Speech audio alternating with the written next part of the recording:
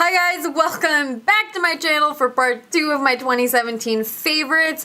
Thank you so much for sticking around for part 2. I hope you guys enjoyed part 1. Let me not waste time, let's get right into it. For my brows, I had a couple favorites. These are the Benefit pencils. This is the Goof Proof Brow Pencil and this is the Precisely My Brow Pencil. I used both of mine in the shade 3. The Goof Proof is an angled pencil, so it's thicker. It helps me fill in my brows quicker and just get them more even.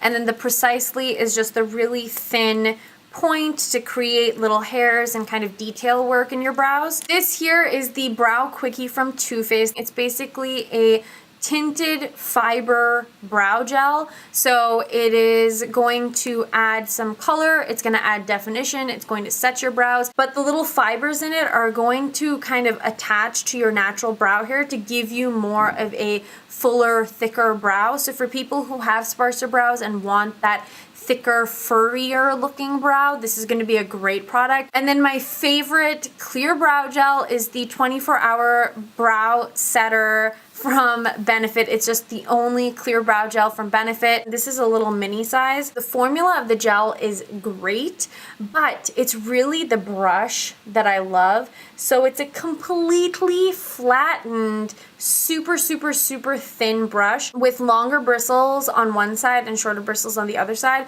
The reason why I love this is because the bristles really allow you to comb through your brows. It helps to bring them back to life after you've added product in them. So it makes them look more accentuated. It kind of brings the hairs out of them to make them look a little bit furrier and just thicker and fuller. For eyeliner, it was a no-brainer. I have my Marc Jacobs Highliner Gel Eye Crayon. I love all of them. This is just one that I happened to grab.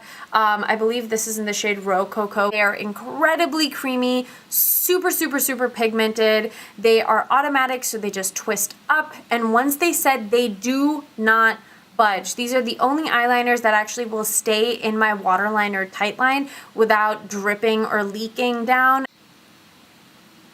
This Rococo shade is just such a beautiful, like bronzy, warmer toned, almost cinnamony brown. It's just so beautiful. I use this all the time if I don't want to use black eyeliner, but I want to get my eyes definition. Also, the Fineliner from Marc Jacobs, it's pretty much the exact same formula as the Highliner, except it's a super fine point. I use this to tight line and do a little detail working along the lash line just so that it doesn't get everywhere. It stays super fine, it's automatic once again, and it just is so easy to work with on myself and on clients. And then this one, I was kind of on the fence to mention. The IT Cosmetics Superhero Liner is one of the easiest liquid liners to apply. The brush is actual bristles, and it's actually the same bristles from their makeup brushes, which is amazing. And it has a no-skip technology, which is why I'm kind of thinking it's so easy to apply. The downside is it's not as black as it should be. It says it's like the blackest formula. It is not. It is not as long wearing as it should be, and it also bleeds a little bit. Today I have it on, but I always go over it with the Marc Jacobs eyeliner. I want it to be blacker, I want it to be matter, I want it to be longer wearing. Like, it's weird that I'm even mentioning this, but I did want to because it really is the easiest way to put on liquid liner. For eyeshadows, I have a couple brands that I loved. If you have not tried any of these Juvia's Place eyeshadow palettes, you're missing out on life. They are so incredible, so affordable. I own every single one. These were just the 2 that I grabbed, and I actually have doubles because I have like one for my kit for some of these and then one for myself. The colors are just so dreamy and pigmented. They're just buttery soft. They blend out so beautifully, and I love the color variety in them because they really are made for everyone of all skin tones. I mean, come on, look at that. This was like 2 go-arounds in each pan. Most of them have bold components, which I love because it really makes me feel creative when I open a palette. And each one of the palettes is completely self-sufficient, meaning that you can create entire looks from just one palette. Like you have everything you need. You have transition shades, you have smoky shades, you have metallic shades, the works. My favorite eyeshadows besides the Juvia's Place though are definitely in my trinity of 3 brands. Makeup Forever, Anastasia Beverly Hills, and Makeup Geek. All of my Z palettes consist of those 3 brands. I have one Z palette here that has a bunch of eyeshadows that I just took with me everywhere that I just loved. The Makeup Forever Artist Shadows are so creamy. They did reformulate them, so I'm interested to see all of them and exactly how they differ. And then the Anastasia ones, the Makeup Geek ones, they're all so incredibly pigmented, so easy to work with, so blendable. They're just color varieties off the charts, finishes, just you name it, they have it. Makeup Geek is the least expensive. Anastasia Beverly Hills is probably right there in the middle. And then Makeup Forever is probably marginally higher than Anastasia Beverly Hills depending on how you buy them. The Makeup Forever ones though, they're a gel powder formula, so the consistency of them is a little bit creamier. Like that's the Makeup Forever one. It feels like I just put a cream eyeshadow on my hand.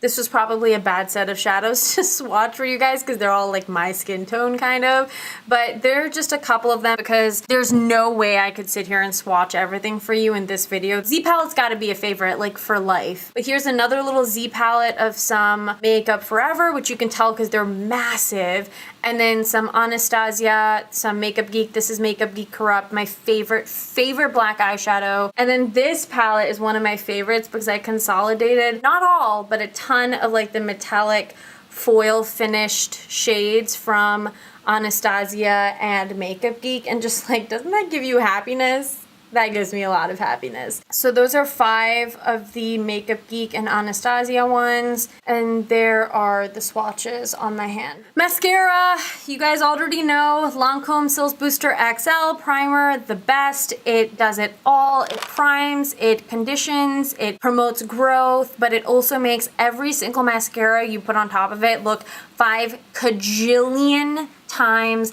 better. This is a little mini travel size.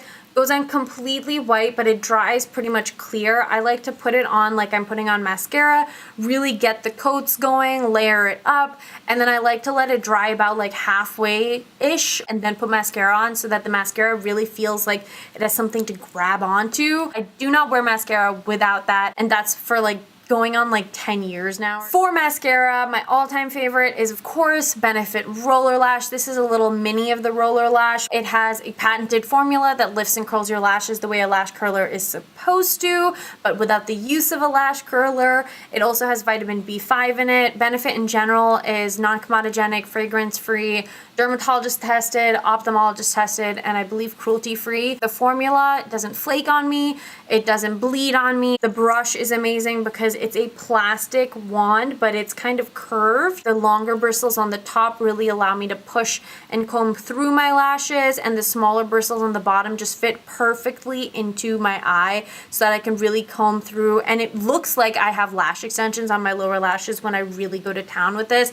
Like today on my lower lashes, I have I think 1 coat, especially this with the Lancome Cils Booster on my top lashes. Like I'm set, I'm good. L'Oreal Voluminous Lash Paradise, inexpensive, but it's so good. The brush is very similar to the Too Faced Better Than Sex, where it's kind of like that hourglass shaped brush, and it's a natural bristle. This really gives you so much volume, so much length, so much drama. It doesn't flake on me. I mix this with Rollerlash all the time. The only thing I will say about this is that it's a drier formula, so the moment you open it, like what I just did, you have to use it up in the next couple of weeks, because once you hit like daily use after like a month, it definitely starts to dry up pretty quick, and then you will have an issue with flaking. But besides that, this stuff is amazing. I have lip liners, lip gloss, and liquid lipstick, so bear with me. They're mostly though, again, the whole like line or the brand, except for lip liners. Lip liners are a little more specific. This is the Lancome Lait Lipstick Lip Liner in the shade Ideal.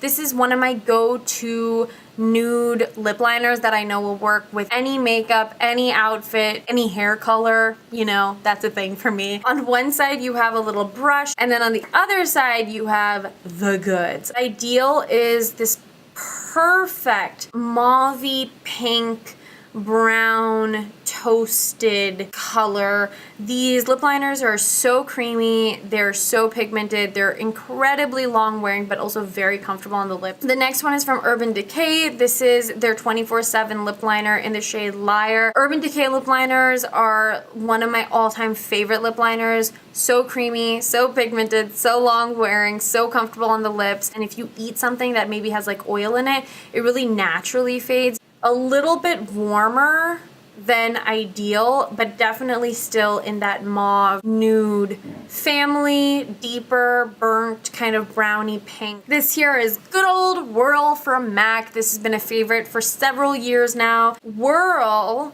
is actually kind of in between Liar and Ideal, where it has those mauvey pink purpley undertones, and it's a little bit cooler than Liar, but it's a little bit warmer than Ideal. If Ideal and Liar had a baby, it would be MAC Whirl. Do you see a theme here? Yeah. It's a problem. And then I have Charlotte Tilbury Pillow Talk. This formula, also superb. This is probably the lightest, like pinkiest one, but you still have that cooler mauve kind of a pink. It's definitely not a neutral or a warmer pink. I love mixing Pillow Talk with any one of these kind of in the center of the lip, or I'll mix Pillow Talk on top of any of them to just lighten them up a touch. I guess technically this could be counted as a lipstick. This is the Baby Lips Color Bomb Crayon in the shade Toasted Taupe. I throw Toasted Taupe on top of like any nude lip that I'm wearing if I want a little bit extra moisture. So like today, for example, I'll just take it. It's a really pretty peachy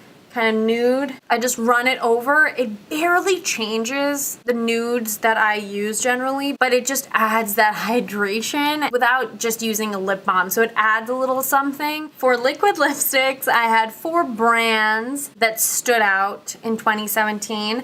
The first one being Dose of Colors. This is always one of my all-time favorite brands. The liquid lipstick formula of Dose of Colors feels like there's nothing on your lips. It is so lightweight, they're so pigmented, and they just glide on, they stay on. This one is in the shade Mood. Usually my go-tos are Truffle and Stone, but just to show you how pigmented they are, they're kind of a moussey, liquidy texture, and the applicator of it is kind of a curved hooked doe foot applicator, so you can really get the shape of your lips nicely, and it's just easy to work with. Another one is the Burberry liquid lipsticks, especially in the shades Fawn Rose, which is 09, and then also Primrose, which was 21. So Fawn Rose is exactly what it sounds like. It's kind of a nudie cool pink. And then Primrose is a brighter pink. These are definitely a drier mousse texture, so whenever I'm using this, I apply it and then I blend it in with my finger. So even if I'm wearing a lip liner underneath and I've completely filled in my lip with the lip liner, I'll still blend this together with the lip liner. It kind of increases the opacity of them, but it also increases the comfort, so they're really blended and kind of sink into the lip rather than sitting on top. And then they're awesome. They stay so long. They fade beautifully. They're just an amazing liquid lipstick formula. This is the Smashbox Always On Liquid Lipsticks. This specific shade is in the shade Stepping Out. It has their Smashbox primer oil infused in all the liquid lipsticks, so they're almost a hydrating formula, which I really love. They feel super comfortable. They're not necessarily quite as transfer proof as some other formulas are, but honestly, they're pretty darn transfer proof, and for the comfort that you're getting with these, it's totally worth it. So that right there is Stepping Out. And the applicator is another thing that I really love. The applicator is super pointed at the end, which makes it really easy to create lip lines, so you don't need a lip liner, and there's no need for it. They're super opaque, and they're just a lot more comfortable that way. The last liquid lip formula that I have is from Too Faced. This is definitely my second favorite after the Smashbox one, and this specific shade is in Queen Bee. The Too Faced ones are definitely a lot more liquidy, which means that they dry fully dry, and they're completely transfer proof. That being said, they are a little bit drier than the Smashbox ones, but in comparison to other liquid lipsticks, they're really comfortable, they're super opaque, they just sit on the lips really nicely. My suggestion is if you're new to liquid lips, or if you want that longevity of wear, but you're nervous about the dryness of liquid lipsticks, I would say go for Smashbox. Ironically, for someone who's not a gloss girl usually, I had a lot of gloss favorites for 2017. The first one is actually Kiko 3D Hydra lip glosses. They come in so many different colors, and the things I look for when I'm looking at glosses are either unique colors or super glossy glosses. Like if I'm wearing a lip gloss, I want it to look like there's a layer of glass on my lips. That's what the Kiko 3D Hydra lip glosses are. This one is just a sheer wash of color, and it's in the shade 07, but it's so glossy. They're so pretty and very affordable. The second gloss line that I love that has a similar concept are the Buxom lip glosses. This one specifically is in the shade Kimberly, but this whole line in general has that really glossy gloss. The only thing that's super annoying about these is that the applicator is so tiny that you have to keep dipping in if you want a lot of product. They're technically called plumping glosses. They don't really plump my lips. They just kind of tingle them and make them feel minty cool. But this one here is Kimberly, so you can see how reflective that is. This gloss is the perfect nude gloss for anyone. This is the Fenty Beauty Gloss Balm, and first of all, talking about small doe foot applicators, this one is massive and I love it. But the Fenty Beauty Gloss Balm is so glossy, so creamy, it feels buttery on the lips, it doesn't feel sticky at all, and it just melts into the lips and really makes them feel hydrated. Marc Jacobs Enamored High Shine lip glosses, they're definitely a little more opaque than all the other ones that I just showed you. This one is in the shade Skin Deep, and it is just a real glossy gloss. Amazing color selection though. They're really pretty because they're slightly more opaque but not super opaque like the Anastasia Beverly Hills ones. You can still layer them on top of other things and get a really pretty payoff. So I need to talk about some hair favorites for 2017. This here is my favorite mask. This is from Carol's Daughter. This is the Minoy Oil Repairing hair mask. It makes your hair feel like baby hairs all over again. It has this amazing white flower scent which also lingers in your hair for like days to come, and your hair just feels softer and nourished and hydrated. And when I was super processed blonde, I would use this all the time, and if my dead split ends had any hope of looking relatively lively, this had a big part to play in that. Way was a huge favorite in 2017. Love all her stuff. I really love the finishing cream. I use it kind of as a texturizer hydrator, so just in the ends I'll take a little bit, move it through the hair like this and kind of get the ends so that they're moisturized, but also gives me that piecier kind of a texture. This is the Evo Shebanga Bang Dry Spray Wax. This is kind of like a hairspray, but it's a hair wax in a spray formula, so it's a little more hydrating than a hairspray, and because of the wax you can kind of give yourself more of that texture. So after I comb my hair, before I kind of run through it with my fingers or a comb, will spray this through, flip my head, spray it through, and then kind of zhuzh it up, and then it holds the curls but it makes them so pretty, a little more beachy, and look a little more effortless. If you have it in your hair and then you recurl your hair or restyle it, it really holds that style, so it maintains your style for longer too, which is awesome. IGK was another brand that I fell in love with in 2017. I have not tried a single thing from IGK that I haven't loved, to be honest, and I'm still continuing to try stuff. But this here is the Prenup Instant Spray Hair Mask, and this is the Beach Club Texture Spray. Do you see a common thread of texturizers? It's just because when you don't have a lot of hair, you try to make it look like you do. Fake it till you make it. The Prenup Instant Spray Hair Mask is so interesting. I really thought I wouldn't like this, but it's essentially an aerosol hair mask, and it super deep conditions your hair. It really works. They say to rinse it out with like cooler water, I'm pretty sure. Yeah, cool water immediately, or for extra deep conditioning, leave on for 2 to 3 minutes. It really does an amazing job of like nourishing and hydrating and doing like everything you want a hair mask to do, but like instantaneously. And then the Beach Club texture spray is pretty much everything I've wanted in a salt spray, except it's a salt spray that I can actually use. Salt sprays and I don't get along because I have dermatitis on my scalp, and salt sprays tend to make my scalp go crazy. So the texture that I want from a salt spray, this is what it gives me. You can spray it into curled hair, natural hair, anytime you want a little bit of that beachy texture. You can even spray it to like damp hair and then just kind of scrunch it up, or dry hair and scrunch it up, and it'll give you a little bit of that wavy hold too. So it's that like cool girl effortless style. Of course, I have my living proof perfect hair day dry shampoo. Only dry shampoo I will ever use unless something really blows it out of the water, but trust me, I've still been testing dry shampoos and nothing really has. This dry shampoo genuinely cleans your hair. It genuinely makes your hair look freshly washed. It gives you so much incredible volume. You can reactivate it where like if you just kind of massage your hair a little bit at the roots where you've applied it, it'll give you extra va-va-voom. It'll remove excess dirt, it adds fullness, and it just feels clean. Like you can really run your hands through your hair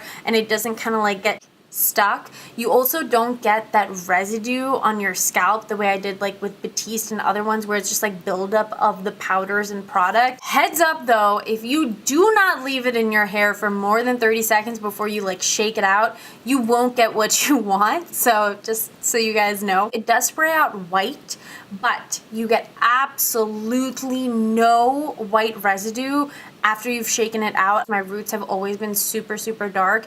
I've never had a white cast with this. You can style your hair with this in your hair, and it really helps to hold the style, especially if you're curling your hair or adding waves. And because it genuinely cleans your hair and doesn't make your hair feel gunky, if you have super fine, flat hair, you can use it on freshly washed hair just to give yourself a little bit of grit and hold to like create a style or to create volume. I can't live without it. I have like 17 bottles just like lingering everywhere because I need it. I needed that bad. So I have to mention hair tools. My baby, my Dyson. Everybody in my family that uses hair dryers now owns a Dyson, thanks to me. This is just an amazing, powerful machine. It doesn't have a fan, so it'll essentially pretty much never die. It runs based off of airflow, like it has the signature Dyson airflow patented technology where the air is pretty much what's drying your hair, so it's kind of sealing in the moisture into your cuticle rather than using heat, which would evaporate the moisture from each hair cuticle. So you can use a lower heat setting with a higher wind setting. It dries the hair, it really smooths and seals down the cuticle. The snap-on attachments are all actually magnetic, which is great because they don't heat up and pop off.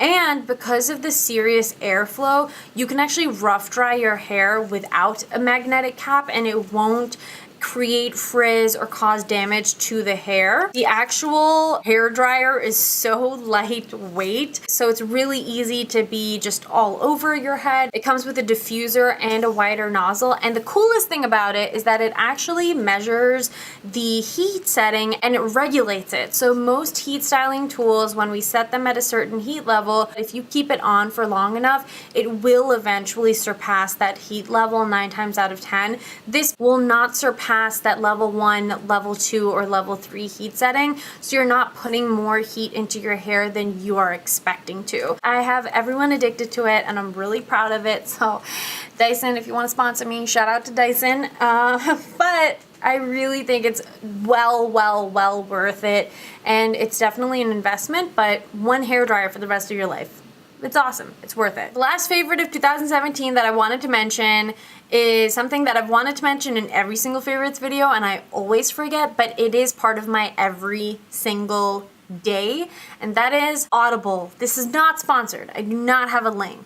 but I'm in real deep. So for those of you who don't know what Audible is, it's essentially an app on your phone, and it's where you can listen to audiobooks. When you sign up, it's about $15 per month, and you get 1 credit a month. There are thousands of books in the Audible archive. Like, you will never not find something you're interested in, and they're constantly releasing new books. Most of the autobiographies are actually read by the author. So Kevin Hart's autobiography, which I got, he read it, which made it just so much better. In my car, in my house, when I'm cleaning, when I'm like in a car ride or on a train or on a plane, I just listen to Audible. Essentially, the 1 credit works for any book of any price. So even if the book is like $45, you have the 1 credit, you can use it for that. They actually don't keep more than 4 credits in your account at any given time. I love reading.